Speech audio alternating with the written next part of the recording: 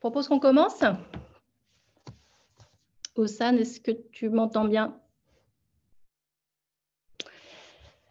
Alors bonjour, nous sommes ravis de vous accueillir dans ce webinaire organisé par le pôle Paris-Saclay. Comme nous vous l'avions partagé lors de notre dernier événement dans les locaux de Bouygues Télécom, nous avons décidé d'alterner en fait les événements, d'en faire un en présentiel et un en remote au fur et à mesure de l'année. Ce webinaire sera enregistré dans son intégralité, incluant vos questions, vos réponses et les réponses aux questions posées. Et à date, nous avons 280 inscrits pour ce webinaire sur l'art de pitcher ses projets en mode storytelling. Avant de démarrer, je souhaite remercier très chaleureusement l'équipe de communication du chapitre PMI Île-de-France, ainsi que les volontaires qui m'accompagnent sur le pôle Paris-Saclay et qui sont aujourd'hui aux manettes techniques de ce webinaire. Normalement, et pour ceux qui ne l'ont pas, parce que j'ai entendu des personnes, vous avez tous les micros qui sont coupés. Et pour poser vos questions, nous vous remercions d'utiliser la section messages. Nous reposerons vos questions à la conférencière Blandine de Mascureau à la fin de sa présentation et nous vous apporterons les réponses en live au cours des 15 dernières minutes de l'événement. Je vais maintenant introduire Blandine en quelques mots, mais je pense qu'elle pourra en dire un peu plus sur elle. Pour ma part, c'est au détour d'un couloir de Bouygues Télécom que j'ai rencontré Blandine. Elle m'a ensuite aidé à préparer un pitch pour aller chercher du budget pour un programme de plus de 4 millions d'euros. Et en tant que coach, elle a su activer tous les leviers pour que le pitch soit convaincant. Donc, je pense que c'est une bonne expérience, une bonne expertise. Et Blandine, je te remercie de venir partager cette expertise avec les chefs de projet qui sont tous connectés aujourd'hui. Et je te laisse te présenter et commencer ta présentation. Merci Blandine. Merci. Je vous embarque ailleurs.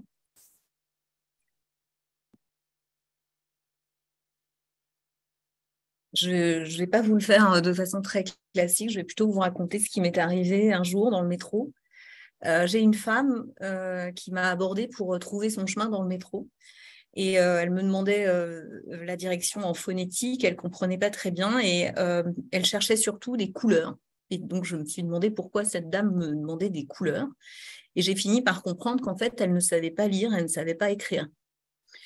Et je l'ai dépannée, mais après coup, je me suis dit, mais dans quel monde hostile vit cette femme, puisqu'elle n'a pas accès à la connaissance? Et moi, qui viens d'un domaine purement académique, je suis un pur produit du cartésianisme académique français, parce que je suis double diplômée de la Sorbonne, avec de l'histoire de l'art. J'ai une maîtrise d'histoire de l'art et j'ai un master en stratégie de marque et marketing au CELSA. Et donc, j'ai ce monde pour moi hostile dans lequel cette femme, je me suis dit, c'est pas possible, on ne peut pas laisser les gens dans cette ignorance. Et donc, je me suis mise à donner des cours d'alphabétisation. Et dans ces cours d'alphabétisation, je me suis rendu compte comme il était compliqué pour des adultes. Donc, j'enseignais à des adultes et je me suis dit, comme c'est compliqué, et j'ai réalisé qu'en fait, c'était des personnes qui devaient complètement réapprendre parce que depuis qu'ils étaient jeunes, ils n'avaient pas suivi l'école de façon suffisante pour structurer leur esprit et pouvoir partager et pouvoir acquérir de la connaissance et apprendre. Et finalement, moi, je me suis retrouvée aussi dans cette situation où j'ai dû désapprendre et réapprendre. C'est quand j'ai commencé à travailler sur des TEDx, CELSA notamment. Et je me suis rendu compte que transmettre ces idées, ça nécessitait de désapprendre complètement le mode académique qu'on m'avait transmis, que j'essayais de transmettre à des personnes qui ne savaient pas lire et écrire, alors qu'il y avait un pan d'apprentissage qui pouvait se faire via la transmission par les émotions. Et la réponse que j'ai eue, c'est notamment dans l'erreur de Descartes, d'Antonio Damasio, qui a démontré que on avait une intelligence émotionnelle. Et donc, apprendre à pitcher, apprendre à parler, ça demandait de commencer par désapprendre le cartésianisme qu'on avait en nous et d'accepter nos émotions. Les mêmes émotions que l'on vit au quotidien. Et quand on veut commencer à pitcher, eh bien, il faut commencer par abandonner ce schéma qu'on nous a inculqué tout petit, qui est de structurer notre façon de présenter nos projets, nos histoires, sous la forme d'objectifs, contexte, conclusion, introduction, etc. Toute cette rhétorique cartésienne que moi je maîtrise parfaitement avec le nombre de dissertations que j'ai enfilées à la Sorbonne, c'était par l'émotion. Et quand moi j'ai eu mes élèves en alphabétisation, j'ai compris qu'il fallait que je leur transmette par l'émotion beaucoup plus l'apprentissage et non pas essayer de leur faire rentrer dans la tête des notions. Et donc, il fallait que je tienne compte de leur vie, de leur histoire, et c'est par le partage d'émotions que des choses se transmettent. Et la mémoire s'ancre grâce à ça. Et donc, en abandonnant Descartes, en écoutant beaucoup plus les émotions, voilà, comme j'avais fait le TEDx, comme j'avais fait le CELSA, les alumni du CELSA ont voulu organiser un TEDx, c'était le tout premier en 2015, et donc ils ont cherché des bénévoles pour pouvoir organiser ce premier TEDx CELSA en 2015, et je me suis proposée comme bénévole. En me disant que voilà, j'avais vraiment envie aussi de transmettre ce que j'aimais transmettre à des gens, à des adultes en alphabétisation. Je me suis dit, je vais pouvoir aider à organiser un grand événement où on transmet aussi des connaissances. Le CELSA, c'est un grand temple de la connaissance, des sciences humaines. C'est extrêmement riche, extrêmement... Donc, j'avais envie aussi, moi, de participer à ça et je me suis proposée comme chef de pôle speaker au TEDx CELSA. Il n'y avait rien, pas de méthode, rien du tout. Et donc, j'ai encore une fois appris à désapprendre pour apprendre une autre façon de partager mes connaissances. Et la signature du TED, c'est Ideas Worth Spreading. Donc, tout est concentré sur le fait que ce sont les idées qu'on transmet, ce sont pas... et donc, c'est via les émotions. Et on apprend, comme le dit Damasio dans Descartes, que quand on essaie de faire pitcher des speakers, quand il faut les coacher, la première chose qu'on leur apprend, c'est de dire qu'on ne communique pas dans un TED avec que la tête, qu'avec le cérébral, mais avec le cœur. Alors, normalement, je fais un mimique, mais voilà, le cœur, il faut que tout soit partagé. Et dans les photos qui sont là, on voit bien que c'est des gens qui ont une passion de la transmission. Donc, moi, j'ai pris ce pôle speaker TEDx CELSA. On s'est organisé. Donc, moi, j'avais une équipe de grands spécialistes des connaissances du CELSA, des anciens élèves, hyper pointus sur les idées, hyper pointus sur les mots, hyper pointus. Et je suis allée chercher, donc j'avais 7 équipières que j'avais rebaptisées des TEDies, pour leur donner un petit nom aussi, pour que tout soit dans l'émotion. Donc, j'étais chef de pôle, très sérieusement, mais on était des TEDies et on a eu tout un programme de sélection des speakers de TEDx avec une difficulté supplémentaire qu'on s'est donné, nous, le CELSA, c'est qu'on n'a pris que des speakers alumni du CELSA. Et ça veut dire qu'on n'a pris que des gens qui ne savaient absolument pas pitcher. Et donc, on les a sélectionnés à partir de leurs idées qui valaient la peine d'être partagées. Donc, on a mis en place toute une méthodologie très cartésienne pour le coup, de sélection de candidats. Et pour arriver à des 7 candidats au talk qu'il fallait coacher en très peu de temps, puisqu'en 10 semaines, il fallait qu'on les ait préparés pour qu'ils sachent faire un talk à la TED, en 10 semaines. Donc, on avait notre intelligence, nous, académiques du CELSA, de la Sorbonne, et on s'est alloué les services de coach en développement personnel, de coach en voix et souffle, coach en comédienne, coach, pour arriver à aller chercher cette émotion auprès de nos speakers pour qu'ils soient en mesure de transmettre leurs idées. Ce qui nous plaît dans les TED, c'est donc c'est cette émotion qui est transmise, et c'est parce que ça ancre notre mémoire. La raison pour laquelle, et c'est Damasio aussi, encore une fois, sur l'intelligence émotionnelle, qui nous explique que notre corps a une mémoire, et notre corps vit des émotions, et ces émotions nous aident à prendre des décisions, à prendre des chemins de vie. Et c'est ces chemins de vie que nous, on prend quand on fait des projets, on fait des choix, et on oublie que ce sont des chemins de vie parce que notre âme cartésienne est systématiquement réveillée dans l'entreprise, surtout dans des domaines très techno, ou des entreprises qui ont une culture du process très, très ancrée. Et quand on fait un TED Talk, on va chercher ce supplément d'âme et on va dans les tripes des speakers pour aller chercher ce qu'ils ont au plus profond d'eux-mêmes.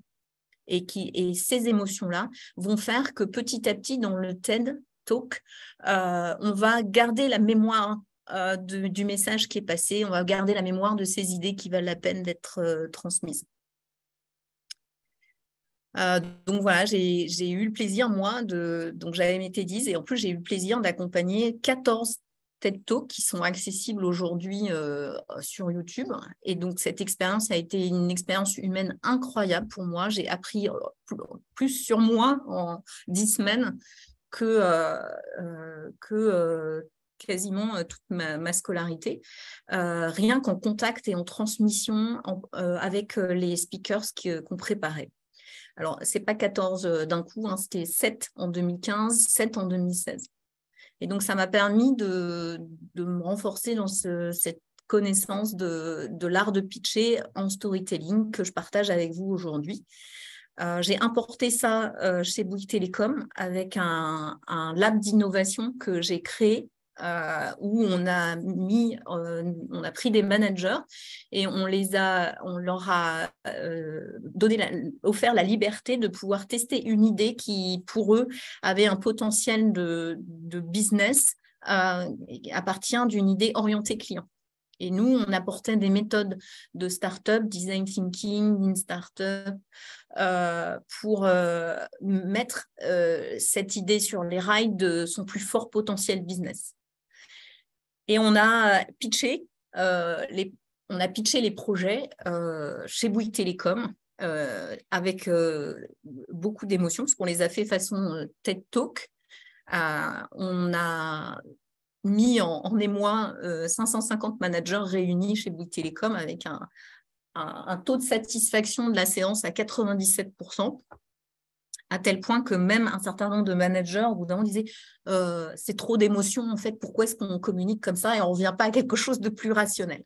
Voilà, donc, des gens se sont sentis touchés par cette façon de présenter leurs projets. Donc, c'était vraiment des projets business, mais partagés avec beaucoup d'émotions. Et donc, l'alchimie a fait qu'un certain nombre de ces projets ont été transformés dans l'entreprise. Parmi ceux que vous voyez bouger là, il y en a un certain nombre qui ont été déployés, qui sont aujourd'hui des nouveaux modes de fonctionnement de l'entreprise. Alors, c'est technique, en fait, c'est très technique. Partager un projet avec émotion, le rendre mémorable, ça procède d'une technique. Le principe, c'est qu'on vit notre vie comme une route de montagne qui serpente. On n'a pas une vie linéaire. C'est vraiment très, très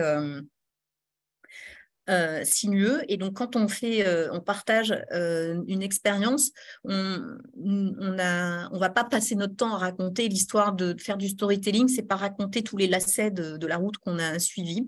C'est choisir des moments pour pouvoir amener son auditoire à l'endroit où on veut les emmener, l'endroit où on veut les convaincre. Donc ici, moi, je vous ai matérialisé notre petite route de montagne qui est notre vie. Et ce qu'on va faire, c'est qu'on va tirer plutôt une ligne droite. Nous, c'est ce que nous avons vécu, mais quand nous allons transmettre, on va tirer une ligne droite entre le point de départ qui était le nôtre au début, en bas à gauche, la punaise jaune, et en haut à droite, le petit drapeau d'arrivée. Donc, on va tirer, on va choisir des moments de notre vie à raconter qui vont nous permettre d'amener notre auditoire à être convaincu de ce que nous avons découvert. Donc, c'est vraiment ce qui se passe dans les TED Talks. Au départ, il y a un point de départ et le speaker nous emmène et il nous emmène tellement bien avec son histoire qu'à la fin, on est d'accord avec lui et on a même envie de se lever et d'agir. Et donc c'est cette technique-là que nous, on a appliquée dans les TEDx CELSA. Je vous partage, c'est un outil qu'on a mis en place.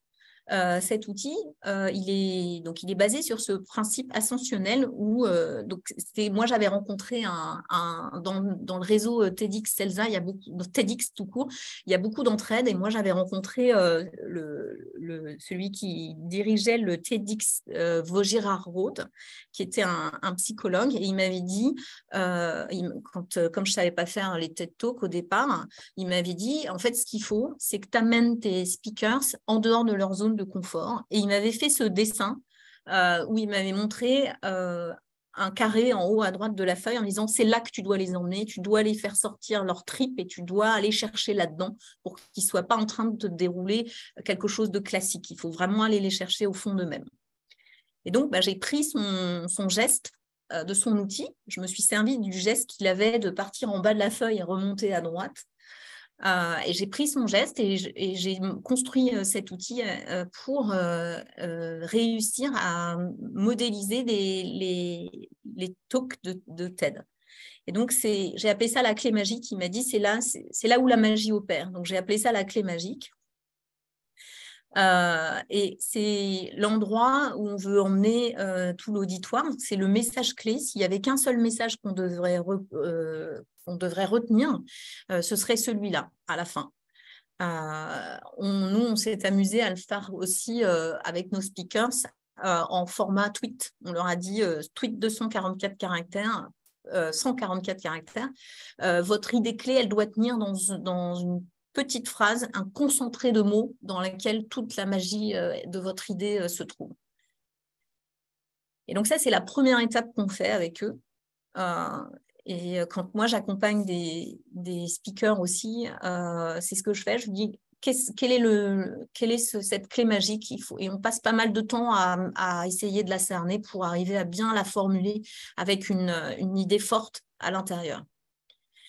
Et ensuite, une fois qu'on a fait ça, on définit un point de départ. Donc, c'est notre punaise jaune. On choisit dans la route qu'on a menée, on choisit quel sera le point de départ à partir duquel on va emmener l'auditoire vers cette ascension.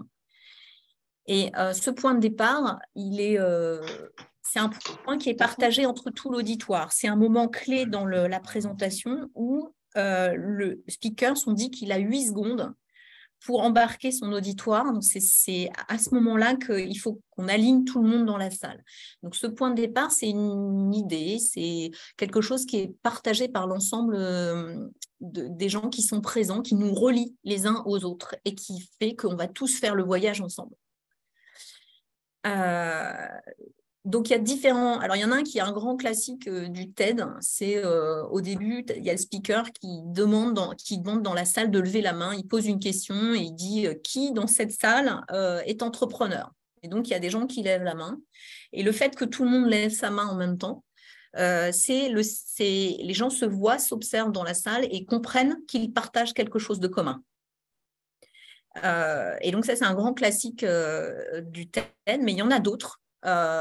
Donc, il y en a d'autres. Moi, j'en ai schématisé 3. Je pense qu'on pourrait en trouver encore d'autres. Mais globalement, en dehors de cette question clé, il y a des... Donc, cette question clé, c'est « je rassure tout le monde sur le fait qu'on a bien quelque chose en commun dans cette salle ». Donc, on est sur l'étape de gauche. Et je vais beaucoup vous parler de ce talk que j'aime beaucoup de Claire Blondel sur l'éducation positive. en lien avec mon alphabétisation. Donc, où elle-même, voilà, au départ, elle commence par poser cette question, combien y a-t-il d'entrepreneurs dans la salle? Levez la main. Ensuite, on a une autre façon, c'est celle qu'on connaît de Simon Sinek. Il y a beaucoup de gens qui connaissent le Golden Circle de Simon Sinek, et lui, il a pas mal de talks qui commencent par où il aiguise la curiosité de l'auditoire sur celui que j'ai mis en exemple. Good leaders make you feel safe. Il commence par raconter l'histoire d'un officier de l'armée qui l'a beaucoup impressionné. Et donc, il commence cette histoire-là et il nous met en tension en nous disant, donc il nous met tous en accord avec cette histoire-là en racontant son témoignage à lui d'échange avec cet officier. Et donc, ça aiguise notre curiosité. On se demande pourquoi est-ce qu'il nous parle d'un officier alors qu'il n'est pas dans l'armée, alors il veut nous parler de manager et de leader dans l'entreprise. Donc, on a un petit peu du mal à comprendre. Ça aiguise notre curiosité. Donc, c'est ce point-là d'ancrage qu'il choisit sur ce talk-là. Et il y en a un autre qui est un de mes fans de TED Talk, qui est, pardon, du coup, j'ai oublié son nom tout d'un coup, excusez-moi, ça me reviendra tout à l'heure. Donc, c'est une neuroscientifique qui fait un TEDx Youth.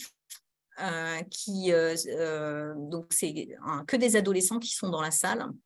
Et elle est neuroscientifique, elle fait énormément de recherches en neurosciences et elle vient pour leur parler du cerveau des ados. Donc, autant vous dire que les ados, ce n'est pas forcément le truc auquel ils s'attendent le plus. Et donc, pour réussir à capter l'attention d'ados, elle choisit un axe transgressif. Elle arrive sur le cercle rouge du TED, qui est un code visuel imposé par l'organisation de TED. Elle vient et elle tient dans sa main un vrai cerveau humain avec toute la moelle épinière qui tombe. Et donc, dans la salle, les ados, ils sont scotchés et elle peut mettre en place son talk. En l'occurrence, j'aime beaucoup, beaucoup son talk parce qu'il est hyper intéressant sur la rythmique. Elle a un débit de parole qui est similaire au phénomène qui se produit dans le cerveau des ados, où il y a une frénésie d'informations qui circulent dans le cerveau des ados. Et donc, elle a un débit de parole qui est hyper frénétique. Et à un moment donné, elle l'explique aux ados, mais tout ça, c'est normal. Et à partir de ce moment-là, elle est dans un ton beaucoup plus calme, beaucoup plus enveloppant, et elle embarque les ados avec elle dans la manière dont leur cerveau est en train de se transformer à l'âge de l'adolescence. Donc ça, c'est notre point de départ. Donc une fois qu'on a notre point de départ, on a accroché l'auditoire, on est prêt à les embarquer pour faire notre voyage. Et donc, on peut mettre 3 étapes, 4 étapes. Ce n'est pas mathématique, ce n'est pas académique non plus, mais en général, un partage d'idées en dessous de 3 points essentiels, on a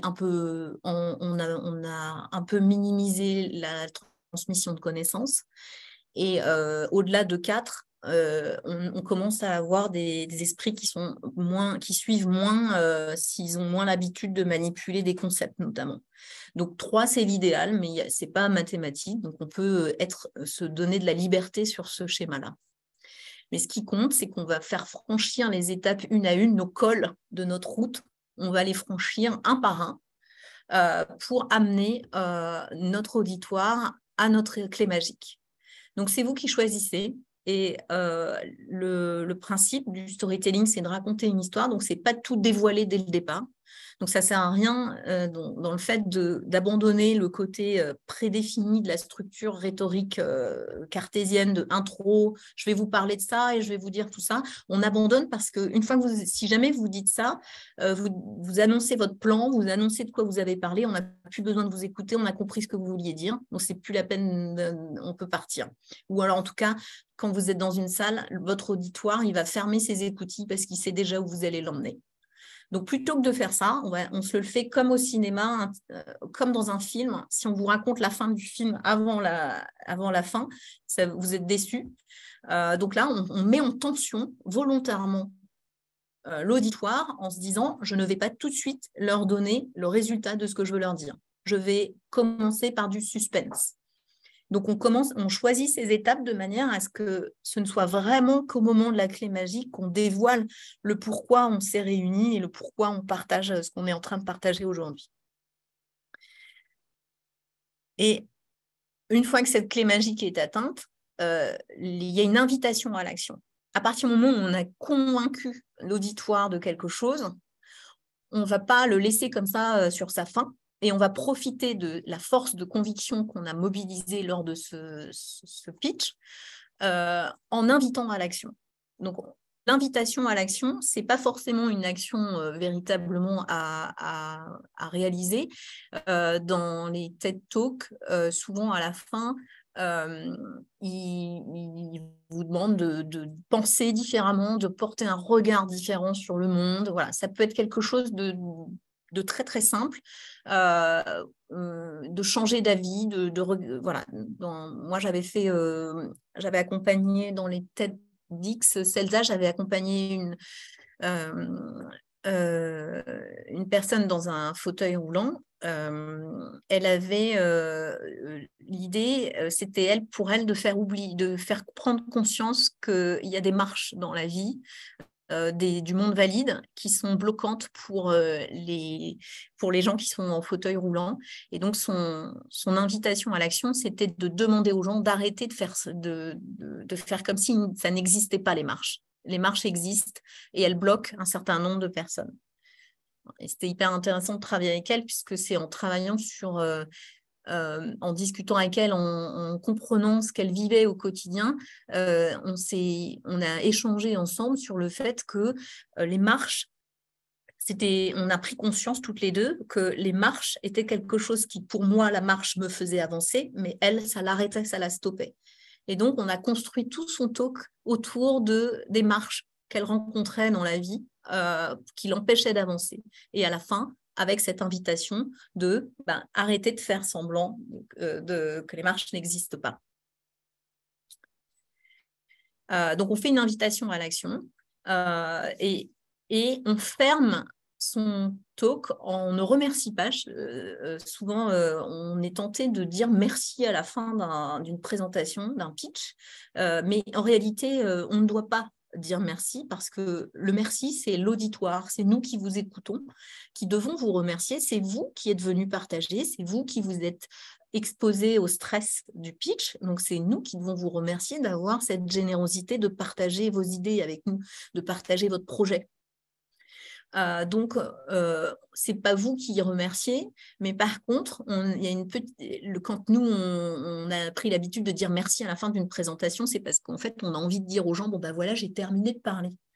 Donc, au lieu de dire qu'on a terminé de parler, en disant merci, il y a une autre façon de faire, ça s'appelle techniquement une clausule. Donc, moi, j'appelle ça une formule panache. C'est la petite phrase qui finit votre pitch et par laquelle on comprend que vous êtes en train de nous rendre la parole. En venant présenter un projet, en venant pitcher un TED, vous venez pour partager quelque chose, vous avez pris la parole le temps d'un instant. Alors, c'est mesuré dans le TEDx, c'est maximum 18 minutes dans un TED. Et quand on voit que tout ce qu'on arrive à faire passer en 18 minutes, vous pouvez aussi vous-même vous timer dans vos pitchs de projet en vous disant « j'ai pas besoin de plus de tant de temps que ça pour présenter mon projet ». Donc, c'est time-boxé dans le TEDx. Donc, vous avez pris ce temps de parole et on vous a écouté. Et à la fin de votre intervention, c'est le moment où cette phrase de clausule, elle vient pour rendre la parole à l'auditoire pour que ce soit à son tour de prendre en main l'idée que vous avez partagée ou les informations que vous avez partagées. Et donc, on a une petite formule, et on en a plein dans la langue française, c'est amusant à activer. Donc, moi, j'avais chez Bouygues Télécom, j'avais une manager qui avait pitché sur la complexité des process en faisant référence à la Maison des Fous dans Astérix, les 12 travaux d'Astérix. Et donc, elle avait tissé une métaphore tout du long de son intervention avec le thème d'Astérix. Et à la fin, pour rendre la parole, donc pour faire sa phrase sa formule panache, elle avait tourné sa dernière phrase en disant maintenant que vous allez rencontrer des process compliqués, vous savez que vous avez des clés pour les simplifier. Donc maintenant, c'est à vous de jouer partout tatis. Voilà. Et en disant partout tatis, elle fermait la parole, elle la rendait à l'auditoire. Il y a un autre manager, sa formule panache, c'était toute son intervention était basée sur le fait que on prend les commandes au restaurant et qu'il y a toujours un râleur ou un embrouilleur ou une embrouilleuse qui commence à demander à modifier la recette du chef au moment où on prend les commandes. Et donc, il a tissé sa métaphore sur ce principe de commande. Et à la fin de son talk, sa formule panache, c'est maintenant, c'est à vous de prendre les commandes. Voilà, avec un jeu de mots, avec son thème de commande et de diriger le projet vers une autre vision du monde. Donc, ça s'appelle une formule. Moi, j'appelle ça formule panache, mais techniquement, ça s'appelle une clausule. Alors, je vous ai montré un exemple tout à l'heure où on a vu Claire Blondel. Et donc, je voulais vous l'illustrer. Claire Blondel, elle parle d'un de ses projets. Où elle a rencontré des difficultés dans un projet d'entrepreneuriat où elle a voulu monter une école. Et donc, elle commence son talk, donc si on applique ce qu'on vient de se dire, elle commence par demander à l'assistance s'il y a des entrepreneurs dans la salle. Et il y a pas mal de gens qui lèvent la main parce que comme on est dans une salle de TEDx, il y a pas mal d'entrepreneurs, mais elle dit vous êtes plus nombreux que le chiffre officiel. Le chiffre officiel, c'est 6% de la population en France sont des entrepreneurs. Et elle prend sa première étape en disant pourquoi est-ce qu'on a un si mauvais taux d'entrepreneuriat en France? 6%, c'est ridicule. Et donc elle dit elle s'est dit, j'ai compris, je me suis dit, mais en fait, on a un faible taux d'entrepreneuriat parce qu'on a peur de l'échec. On a peur de l'échec parce qu'à l'école, on nous a inculqué une phrase qui est « il est interdit de se tromper ». Dans notre système de notation, elle démontre par le biais de l'expérience qu'elle a de ses filles, ils ont habité, leur famille, ils ont habité à Singapour et ils avaient leurs filles scolarisées en Asie sur un système scolaire anglophone. Et arrivées en France, là où elles aimaient l'école avant de partir d'Asie, elles se sont retrouvées à ne plus aimer l'école en France parce qu'elles étaient fatiguées de se tromper. Et c'est à ce moment-là qu'elle s'est rappelée cette règle qu'on lui avait apprise, qu'on lui avait inculquée petite, qu'il est interdit de se tromper. Et elle déplore ça parce qu'elle voit 4 conséquences néfastes à cette règle d'interdiction de se tromper. C'est l'intolérance vis-à-vis de la différence, la mauvaise estime de soi, le manque d'autonomie face à l'erreur et le manque de persévérance face à l'erreur. Et donc elle dit, aujourd'hui, il faudrait qu'on passe à une éducation positive pour stimuler l'entrepreneuriat parce qu'elle-même en a été victime. Lorsqu'elle a voulu créer une école, elle a trouvé des bâtons dans les roues et elle a ressenti cette interdiction de se tromper et elle a vu qu'il fallait qu'elle active, qu'elle lutte contre ces conséquences néfastes du jugement que les gens peuvent avoir sur l'erreur et sur le fait de se tromper. Et donc, elle propose comme invitation à l'action, et qui est en même temps son invitation à l'action et en même temps sa clausule. Elle avait depuis le début sur la scène, il y avait un objet qui était caché par un tissu noir, et elle dévoile ce tissu noir et elle dévoile un panneau de la route où il est écrit « ce soir, je vous invite à déclarer la fin d'interdiction de se tromper ». Voilà. Et le talk est terminé. Alors, une fois qu'on a fait tout ça, une fois qu'on s'est dit, je fais ces étapes, j'ai tout ça, j'ai ma clausule, on ne l'a pas toujours tout de suite, la clausule. Parfois, elle arrive en chemin ou elle arrive tout à la fin. C'est vraiment très différent d'un projet à l'autre, d'une idée à l'autre. Parfois, où notre mode de fonctionnement à nous, on a notre façon de faire émerger nos idées. Donc, c'est pour ça que souvent, on fait appel à des coachs parce que c'est eux qui vont venir aider à jouer le miroir pour aider la personne à creuser ses idées et à voir ce qui ressort le plus. Et donc, pour arriver à faire ce travail-là, on scripte. C'est très important de scripter. Il y a des gens qui disent « Moi, c'est bon, je mets mes idées clés et j'y vais comme ça, je saute dans le grand bain. » Je peux vous dire qu'un TED Talk, c'est 43 versions du script qui sont travaillées. Alors, quand on fait un TED, on a du temps, on a 10 semaines, même 10 semaines, c'est un peu court, mais on a beaucoup de temps de préparation, donc on peut se permettre de faire ces itérations en fonction du projet que vous partagez. On n'a pas forcément 10 semaines pour une présentation qu'on va faire la semaine prochaine, donc on n'a pas ce temps devant soi. Mais plus on pratique l'exercice souvent, plus c'est facile de faire monter les mots et de mettre en place des expressions. Donc, on peut rester sur du bullet point, mais en tout cas, il y a des mots-clés qui sont très importants à faire émerger, des expressions, parce qu'on fait travailler le script d'abord au kilomètre pour que la majeure partie des idées soient englobées dans le script. Et après, on fait un travail de réécriture où on va concentrer le script, on va éliminer des choses, on va rassembler des idées qui sont répétées plusieurs endroits, on va éliminer un certain nombre de mots, des mots valises où on met des mots fourre-tout, qui sont des mots très imprécis, qui ne permettent pas de faire progresser l'idée. Et le fait de changer ces mots-là pour des mots très précis, des expressions où vous mettez votre émotion dedans, ça va remplacer plusieurs phrases parfois et réussir à concentrer votre idée en beaucoup moins de temps, beaucoup moins de mots, en économie de mots. Et c'est là où on va donner aussi du relief parce qu'on va faire des jeux de mots, on va faire des histoires de marches qui font avancer, des marches qui stoppent, on fait des jeux de mots et ça fait passer en émotion, en rire, votre message de façon extrêmement concentrée, extrêmement pertinente et ça vous donne un aplomb et une assertivité qui est grandissante.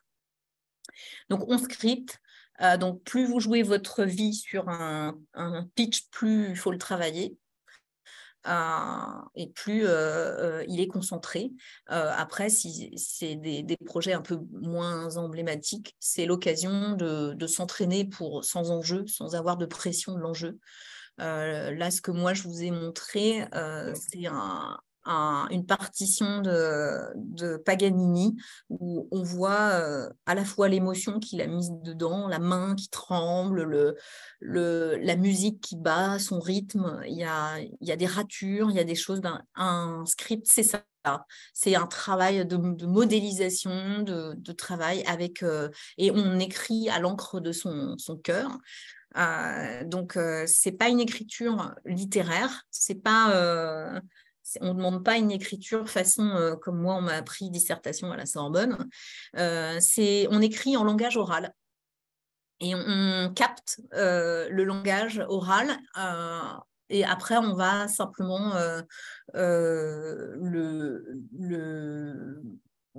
enlever aussi les mots derrière lesquels on se cache, les expressions derrière on se cache. Souvent, moi, quand je fais des scripts, les gens disent et pourtant, c'était évident, il fallait se rendre à l'évidence. Et en fait, ça, ce sont des expressions qui sont creuses, qui sont juste là pour nous aider à chercher les mots qui vont suivre. Mais comme on travaille le script et on travaille les idées vraiment jusqu'à la source de l'idée, on n'a plus besoin de se cacher derrière ces expressions qui font languir la parole et qui n'apportent. Ça prend du temps sur votre temps de parole, mais vous n'alimentez pas votre idée clé, votre idée sur laquelle vous voulez nous convaincre. Ça ne sert pas à cette idée-là. Donc, il faut éliminer toutes ces expressions derrière lesquelles on se cache. Donc, une fois qu'on a ça, on a l'essence de votre pitch. Et cette essence-là, il va falloir la répéter pour incorporer votre propos. Donc, c'est ce qui se passe dans les TED Talks. Donc, vous vous êtes peut-être pas rendu compte qu'il y avait un script, mais les scripts, notamment là, sur le TEDx Youth avec la neuroscientifique, elle l'a répété 250 fois. et vous vous rendez pas compte, on a l'impression que ça sort naturellement, c'est comme s'ils étaient en train de discuter avec nous, en train d'avoir une conversation avec nous. En réalité, c'est parce que c'est extrêmement répété, extrêmement travaillé sur le script et que c'est tellement bien travaillé qu'à force, ça a l'air très naturel. Cette répétition, elle permet d'incorporer votre pitch et elle va vous permettre quelque chose d'incroyable qui va vous faire aimer parler en public. C'est que mieux vous connaissez votre script, mieux vous allez pouvoir être vous-même en observation de ce que produit votre talk sur votre audience. Donc, vous allez pouvoir décoder les émotions que vous êtes en train de générer. Et vous allez pouvoir ajuster. C'est-à-dire que vous allez pouvoir être... Parfois, il y en a qui sont galvanisés parce que l'auditoire est hyper réceptif. Et donc, ça emporte et ça donne une énergie considérable au speaker. Et ça va le galvaniser. Ou parfois, vous allez vous rendre compte que l'effet que vous escomptiez, il n'est pas au rendez-vous. Donc, vous allez pouvoir jouer sur votre ton, votre rythme, votre respiration. Vous allez pouvoir mettre tout ça à contribution parce que vous allez pouvoir vous détacher des mots comme vous avez répété votre talk. Vous savez exactement ce que vous allez dire. Vous n'avez pas besoin de chercher vos mots. Ils viennent tout seuls, ils montent tout seuls. Et donc, vous profitez de l'espace de communication que vous avez créé avec votre auditoire depuis le début, avec votre point de départ que vous avez créé. Et vous profitez de ce voyage que vous offrez à votre auditoire, de partager l'idée que vous avez cherché à partager dans votre pitch. Donc, ça veut dire que quand vous partagez, il y a cet effet de conversation qui se met en route. Et moi, je vous conseille le petit précis d'oralité qui est fait par Muriel Mayette, qui est l'ancienne directrice de la Comédie Française. Et elle explique comment s'installe cette conversation entre vous et le public. Elle l'explique. Alors, elle ne donne pas une des clés qui est importante, qui est la respiration. La respiration, c'est ce que vous devez entretenir au maximum dans un talk, c'est de bien respirer. Si vous respirez bien, votre auditoire respire bien. Et si vous respirez bien, vous évitez tous les petits troubles physiques qui apparaissent, qui sont liés à de l'asphyxie. Si vous avez la voix qui tremblote, si vous avez les mains qui tremblent, si vous avez aussi l'envie de vous balancer le corps, c'est parce que vous voulez vous bercer pour vous rassurer. Ça, c'est lié à la respiration. Et contrairement à ce qu'on pense, la plus grosse capacité respiratoire du corps, elle n'est pas devant nous, côté poitrine, elle est dans notre dos. La plus grosse partie de notre cage de poumon, c'est dans la cage thoracique dorsale. Donc, il faut respirer en gonflant l'arrière de son dos pour remplir ses poumons d'un maximum d'oxygène. Et dès que vous commencez à sentir que votre voix chevrotte, dès que vous commencez à vous sentir tout rouge, les oreilles qui chauffent, etc., c'est parce que vous êtes en sous-oxygénation. Donc, la première chose à faire, c'est de respirer. Et vous pouvez respirer tranquillement parce qu'en comptant 3 tranquillement dans votre tête, l'auditoire ne se rend pas compte que vous vous arrêtez. En fait, le silence est quelque chose même qui va nourrir votre propos. Vous allez pouvoir alimenter et renforcer vos idées en prenant le temps de les raconter, et y compris en faisant des pauses avec des respirations où vous comptez tranquillement 1, 2, 3 dans votre tête. Et Muriel Mayette, elle le fait extrêmement bien au début de son TED Talk. Et ensuite, elle explique comment il y a un équilibre, une balance, comme une balance, où vous envoyez votre énergie et l'auditoire va vous renvoyer son énergie. Et c'est ça qui va vous-même vous alimenter et vous aider et qui va vous porter dans votre propos. Elle explique aussi les techniques de mémorisation qui sont utilisées pour pouvoir pour que vraiment le talk s'incorpore. Donc, c'est un très bon TEDx Paris que je vous recommande. Et qui illustre le fait que finalement, prendre la parole en public, ça doit être un plaisir parce que c'est le plaisir de transmettre. c'est le plaisir aussi d'être dans la conversation avec l'auditoire, même s'il ne parle pas, même si vous le sentez réagir, vous le sentez respirer, vous sentez son énergie. Et c'est quelque chose qui peut devenir magique. Moi, j'ai eu une fois un speaker, ça l'a tellement galvanisé qu'il ne voulait plus descendre de la scène. Et il a foiré tout son talk parce qu'il a fait son talk et comme il était galvanisé, il l'a refait d'une autre façon, puis il l'a refait 20 fois, enfin je ne sais pas combien de fois il l'a fait, mais il ne descendait plus de scène tellement il était dopé par les hormones que sécrète la satisfaction d'avoir cette conversation avec les gens. Donc, c'est la première fois que ça m'était arrivé. Je n'avais jamais eu ce cas-là. Généralement, les gens sont plutôt dans la progression petit à petit. Mais lui, il était assez avancé dans sa technique de pitch. Donc, il était déjà à l'aise avant de démarrer. Et il est tombé dans le trop de plaisir de parler en public. Et ce plaisir de parler en public, tout le monde peut l'avoir. C'est une chose que j'aurais pu vous dire en premier, mais tout le monde a la capacité de faire des TED. On a parfois des prédispositions naturelles qui font qu'on est un petit peu en avance par rapport aux autres.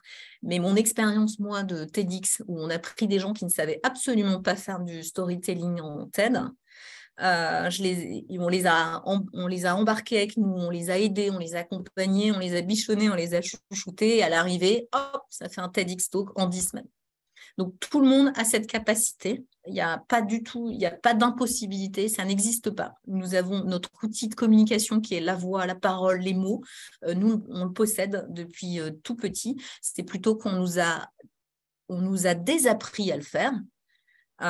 Et aujourd'hui, il faut réapprendre à retransmettre avec émotion, à revenir à la source de ce qui nous relie, nous, les uns et les autres, les humains. Donc, ce que je cherchais, moi, à vous transmettre, c'est que pour pitcher de façon mémorable vos projets, c'est parce que vous avez vos émotions qui marquent notre mémoire, hein, qui marquent les mémoires, parce que vos projets vous animent, vous passionnent, vos projets, ce sont vos émotions. Et donc, notre mémoire, c'est vous. Et moi, je vous invite à faire votre prochain pitch projet tout en émotion. Chiche.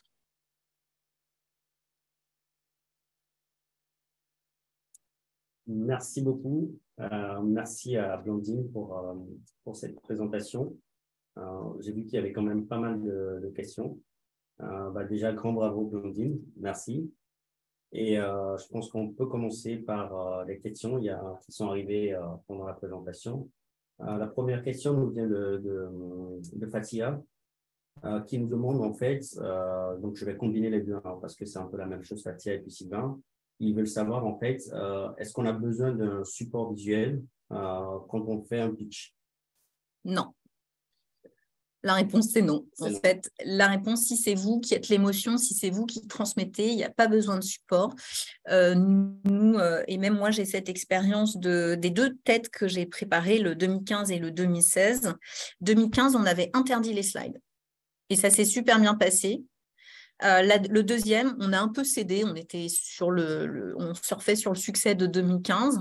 On a lâché un peu la bride sur les slides et honnêtement, je trouve qu'on a perdu des choses qu'on avait eues la première année sans slide parce que moi, je dis toujours qu'une présentation, c'est une autre personne qui parle en même temps que vous.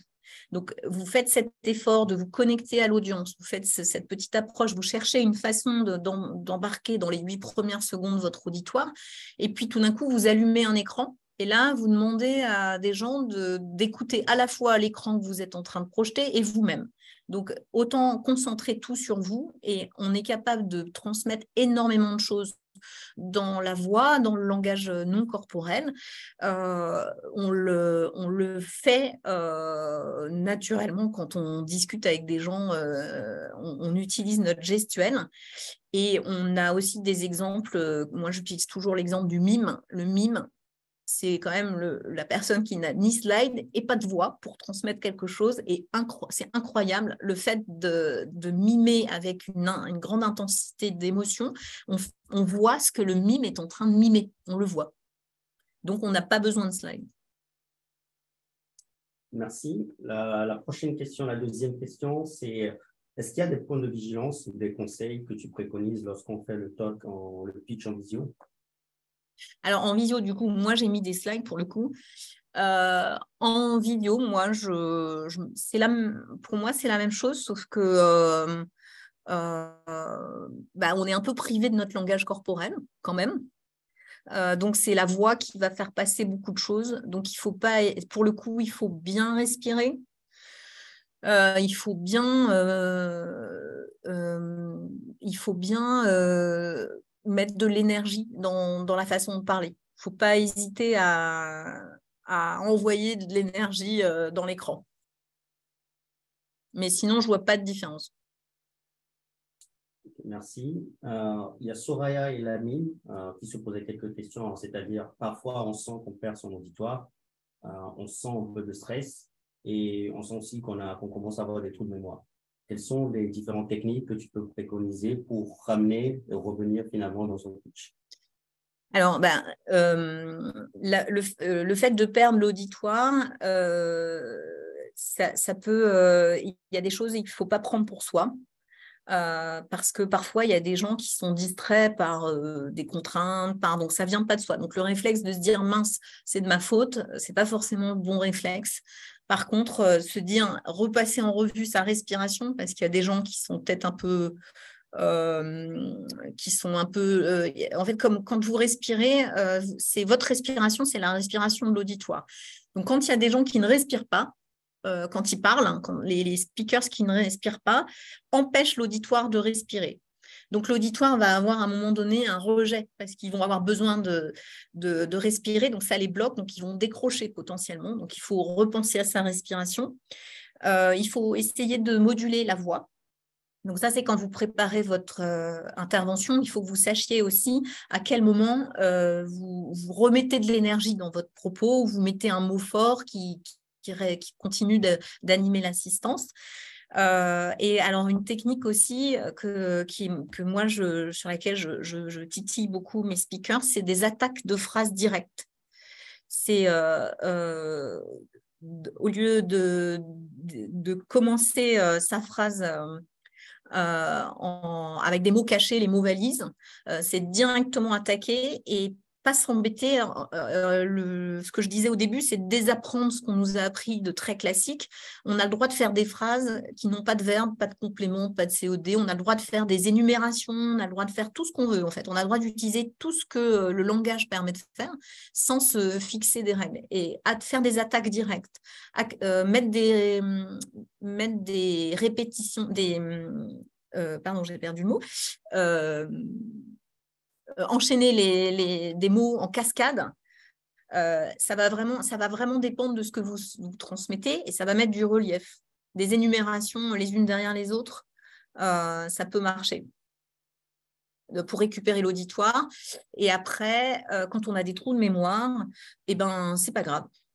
C'est pas grave du tout. En fait, il faut vraiment l'assumer. Il faut se dire, voilà, je ne me souviens plus. Il y a des publics, en fonction de la nature des publics, il y a des publics très bienveillants. Typiquement, les publics de TED sont très bienveillants. Donc, quand les gens ont des trous de mémoire, il y en a même qui applaudissent. Et ça fait beaucoup de bien aux speakers s'ils se détendent un bon coup et hop, c'est reparti et ça déroule. Sinon, il y a toujours la possibilité d'avoir son petit papier et de le sortir. Moi, je trouve qu'il vaut mieux être tranquille et assumer le fait que je me suis préparée et justement, il y a des choses que j'ai vraiment envie de partager et je ne veux pas louper ce que je voulais dire. Donc, je suis prête à sortir mon petit papier pour dire c'était ce truc-là que je voulais vous dire. Donc, je le sors, mon papier. Il n'y a pas d'exploit à faire son intervention sans avoir un guide. Au contraire, c'est là que vous avez bien préparé. Et sinon, il faut savoir que les trous de mémoire, c'est quand on s'entraîne, il y a des endroits où on bute et à chaque fois on dit mince, c'est à chaque fois là que je bute. Je vais vous rassurer, quand on fait son TED Talk, c'est jamais à ce moment-là qu'on se trompe. Il y a un nouveau moment, donc il y a forcément un moment où ça bute, il y a un moment où c'est moins clair. Mais plus vous allez faire plus vous allez répéter votre pitch. Alors, si c'est un pitch business, vous allez voir qu'il y a des ritournelles qui se mettent en place et à chaque fois que vous faites un pitch business, à chaque fois, vous rodez votre pitch et vous le moulez, vous le réajustez et en fonction des retours et des feedbacks qu'on vous a fait, vous allez changer des mots, vous allez, etc. Et au bout d'un moment, vous le savez tellement bien qu'il n'y a plus de trou de mémoire, il y a plus, ça roule tout seul. Et même, c'est ce que je vous décrivais, c'est que vous pouvez profiter pleinement de l'échange et laisser la place aussi aux réactions de l'auditoire qui vont alimenter vos idées et vous donner des mots que vous pourrez réutiliser la fois suivante. Et sur la partie posture, hein, Aurélia se demande comment on peut travailler sa respiration dans le dos. Alors, la respiration dans le dos, il faut penser que c'est comme si on avait des ailes qui poussaient dans le dos. Donc, quand on inspire, alors, il ne faut pas lever les épaules. Les épaules doivent rester horizontales. Et il faut faire comme si, en inspirant, les ailes commençaient à pousser, pousser, pousser, grandir, grandir, et qui est comme s'il y avait des grandes ailes autour de nous. Et là, on sait qu'on a respiré dans le dos. Surtout que côté femme, le fait d'avoir une poitrine souvent nous bloque notre respiration. On a souvent une respiration bloquée devant. Donc, le fait de respirer par derrière, c'est vraiment confortable pour parler en public. Merci. Il y a Jonathan qui partage avec nous qu'aux États-Unis, la culture de la parole est impliquée tôt dans les écoles primaires avec des exposés dès le plus jeune âge. Est-ce qu'il y a un équivalent, tu penses, qui est à venir en France désormais ou une compensation au niveau des activités extrascolaires? Moi, il y a les exposés des enfants. Moi, j'ai des enfants qui font des exposés. Donc, alors, parfois, c'est pas toujours facile parce que l'institution scolaire fournit aussi des trames, fournit des choses. Donc, c'est pas toujours facile de faire, mais on arrive à proposer ça aux enfants. Et après, les enfants, maintenant, il y a le grand oral qui est travaillé pour le bac. Donc, typiquement, moi, je l'ai fait appliquer. J'ai une fille qui a passé son bac grand oral en travaillant en jouant les lignes. En donnant un peu de classique et un peu de plus d'émotion, ça marche. On arrive à le faire. Mais c'est le système scolaire français est en retard de toute façon là-dessus. Et c'est plus, moi je vois plus, il y a de plus en plus pour moi de cours de coaching dans les écoles de commerce. J'ai fait pitcher aussi moi des étudiants de l'EDEC avec un challenge d'innovation. Ils ont plus facilement des cours là-dessus, des coachs qui viennent en complément de leur parcours scolaire. Donc, c'est pas hyper répandu en France. C'est vraiment un travail, et nous, parents, à transmettre à nos enfants d'accepter, de partager avec leurs émotions. Merci, Blandine. Et Franck, donc la prochaine question vient de Franck. As-tu des exemples de pitch dans un contexte professionnel de projet et comment peuvent-ils être introduits parfois à compte courant du format de communication classique? Alors moi, j'avais fait une présentation, c'était de se présenter de façon mémorable. Et donc déjà, rien que dans un tour de table, dans une salle de réunion, vous pouvez faire la différence. Alors moi, je me présente chez Bouygues Télécom, je me présente comme éleveuse de poulpes. Et j'explique que je prends les poulpes de l'entreprise et je les transforme en poulpes agiles ou en poulpes licornes grâce à des méthodes agiles et des méthodes de start-up. Et donc, les gens me regardent avec des yeux grands comme ça. Ils se disent, mais c'est qui cette dingo? Et au final, dans le couloir, il y a plein de gens qui nous croisent et qui me disent, mais c'est toi qui es éleveuse de poulpes?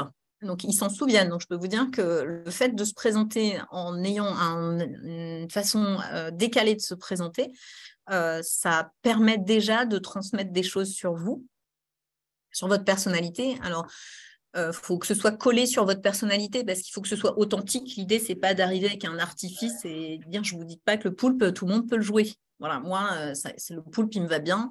J'arrive à bien expliquer aussi pourquoi. Enfin, il y a une explication que je peux mener autour du poulpe, mais il faut que ce soit quelque chose d'authentique. Et ça, c'est commun à tous les TED Talks. C'est vraiment que le speaker, c'est sa personnalité qui amène le sujet. Et nous, quand on a accompagné les speakers, on a travaillé à partir de la personnalité du speaker.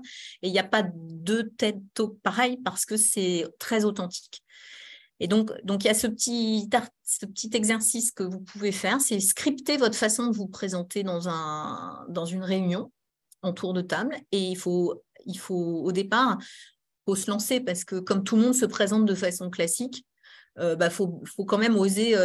Tout le monde a dit bonjour, moi je suis Christine Durand, je suis ingénieure au réseau Bouygues Télécom, je m'occupe de ça, de ça, de ça. Et puis moi j'arrive, je dis moi je suis éleveuse de poulpes. Et là, donc forcément, au début, il faut oser se lancer. Puis après, plus on le fait, plus c'est facile à faire. Donc ça, c'est pour les intros dans les réunions. Le coup de se préparer à se présenter, ça marche aussi quand on va à des conférences, quand on va à des petits déjeuners, des échanges inter-entreprises. On peut utiliser cette façon de se présenter aussi.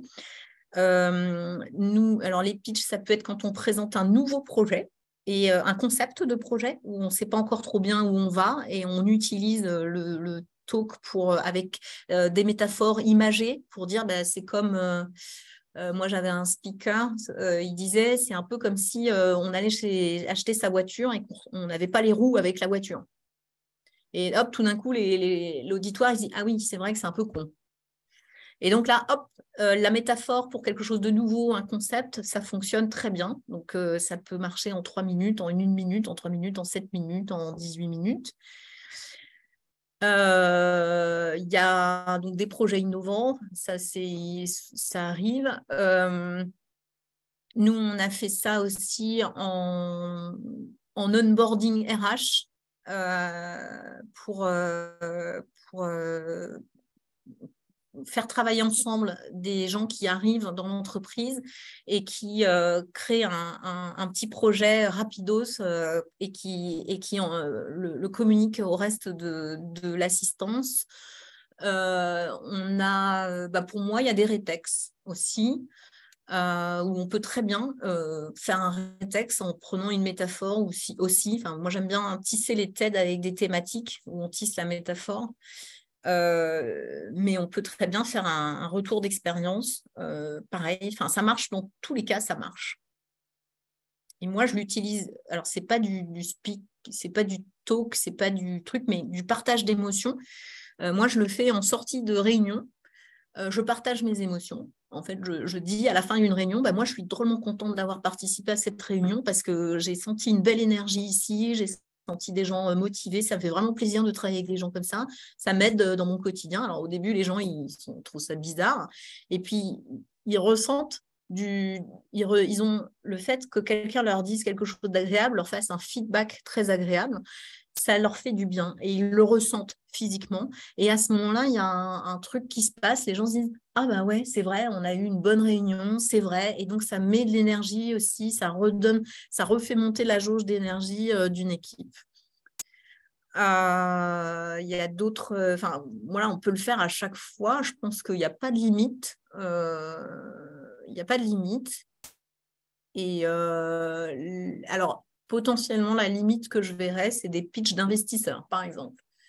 Le pitch d'investisseur, il est un peu plus délicat parce qu'il y a un formatage business qui est assez fort parce que les pitchs de start-up s'enchaînent. Donc, il faut à la fois se démarquer des autres start-up et en même temps, il faut donner à des investisseurs un certain nombre de chiffres clés. Il faut arriver à caler son intervention sur des ratios qui sont ceux que les investisseurs ont en tête quand ils passent au crible d'une start-up. Donc, on danse un peu sur à la fois du classique et à la fois du moins classique. Voilà, je ne vois pas de limite sinon. D'accord. Merci, Blandine. Éline ? Alors, Blandine, on est passé en moins de 15 minutes de 15 participants à 190 participants. Merci pour cette transmission.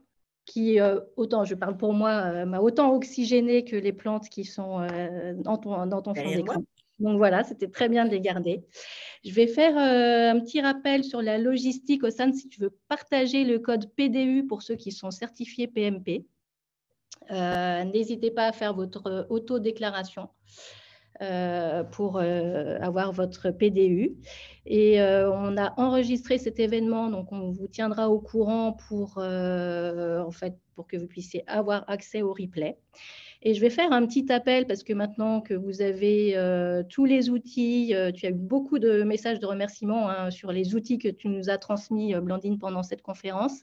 Maintenant que vous avez tous les outils, que vous savez tout de la clé magique, donc au niveau du pôle PMI Paris-Saclay, on est en train de consolider notre programme pour cette année. Et si vous avez envie de mettre en pratique ce que Blandine vient de nous partager, n'hésitez pas à nous contacter parce que nous sommes toujours à la recherche d'intervenants pour des événements, pour nous faire des retours d'expérience sur des projets à partager avec le reste de la communauté projet. Ossane va lancer un questionnaire. N'hésitez pas à y répondre parce que c'est vraiment important pour nous de savoir si les sujets que l'on vous propose, si les conférenciers de talent qui acceptent de venir nous transmettre des choses, sont des sujets qui vous intéressent. Donc, en tout cas, merci pour votre participation et encore merci Blandine. Et bon courage avec tes poulpes alors. Oui, je les adore, Les poulpes. Et merci à Ossane aussi qui a aidé à organiser toute la logistique de ce webinaire. Je ne sais pas si on voit le sondage. Non, mais c'est en cours, ça va arriver. Okay. Peut-être qu'on vous verra juste après, juste à la fin. Si tu veux remettre peut-être le code PDU, je ne sais pas si tout le monde a eu le temps de le voir ou de le noter. Sinon, on le transmettra par mail.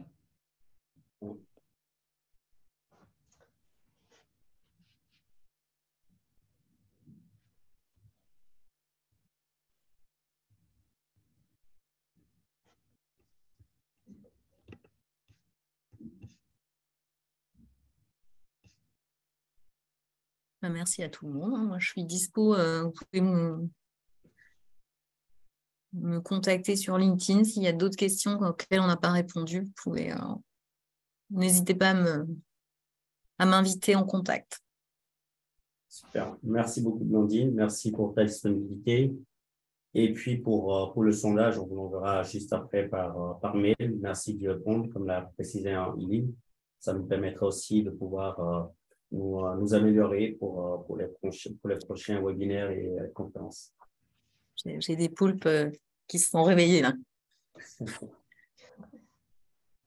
Avec plaisir sur LinkedIn. Voilà. C'est toujours un plaisir de partager et de transmettre des expériences qui m'ont beaucoup humainement fait grandir. OK. Merci à tous. Et puis, très bon après-midi et très bonne fin de journée à tous. Merci. Merci beaucoup. Merci. Bon après-midi. Merci. Bon après-midi à tous. Bon après-midi à tous.